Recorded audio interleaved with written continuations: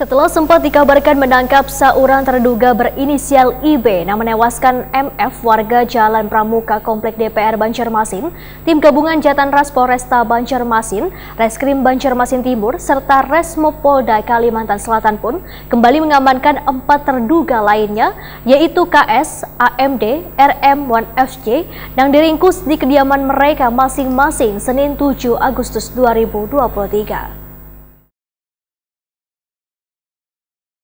Setelah sempat dikabarkan menangkap seorang terduga berinisial IB yang menewaskan MF warga Jalan Pramuka Komplek DPR Banjarmasin di kawasan Jalan Veteran pada Minggu dini hari 6 Agustus 2023, tim gabungan Jatanras Polresta Banjarmasin, Reskrim Banjarmasin Timur serta Resmo Polda Kalimantan Selatan kembali mengamankan 4 terduga lainnya, yaitu KS, AMD, RM, 1FJ yang diringkus di kediaman mereka masing-masing Senin 7 Agustus 2023.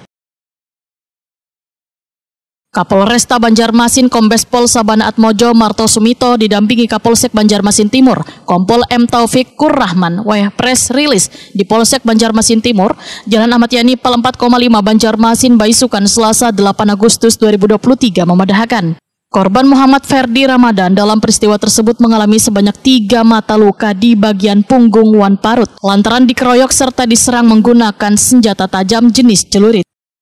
Menurut Kapolresta Banjarmasin, selain 5 orang yang telah berhasil diamankan, masih ada seorang lagi yang masih dalam proses pengejaran oleh petugas kepolisian.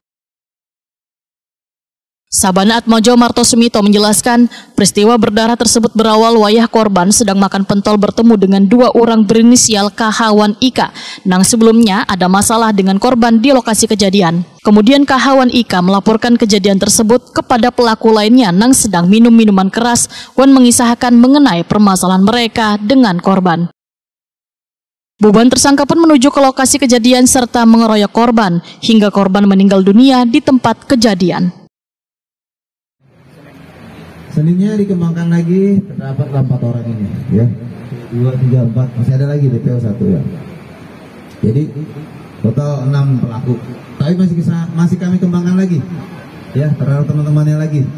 Untuk membuat efek jerak, ya, di masyarakat bahwa tidak boleh main hakim sendiri, ya. Kota ini bukan kota gangster atau kota preman, ya, yang gampang melakukan pembunuhan terhadap orang, ya. Tidak boleh. Budaya itu ada lagi di sini, ya.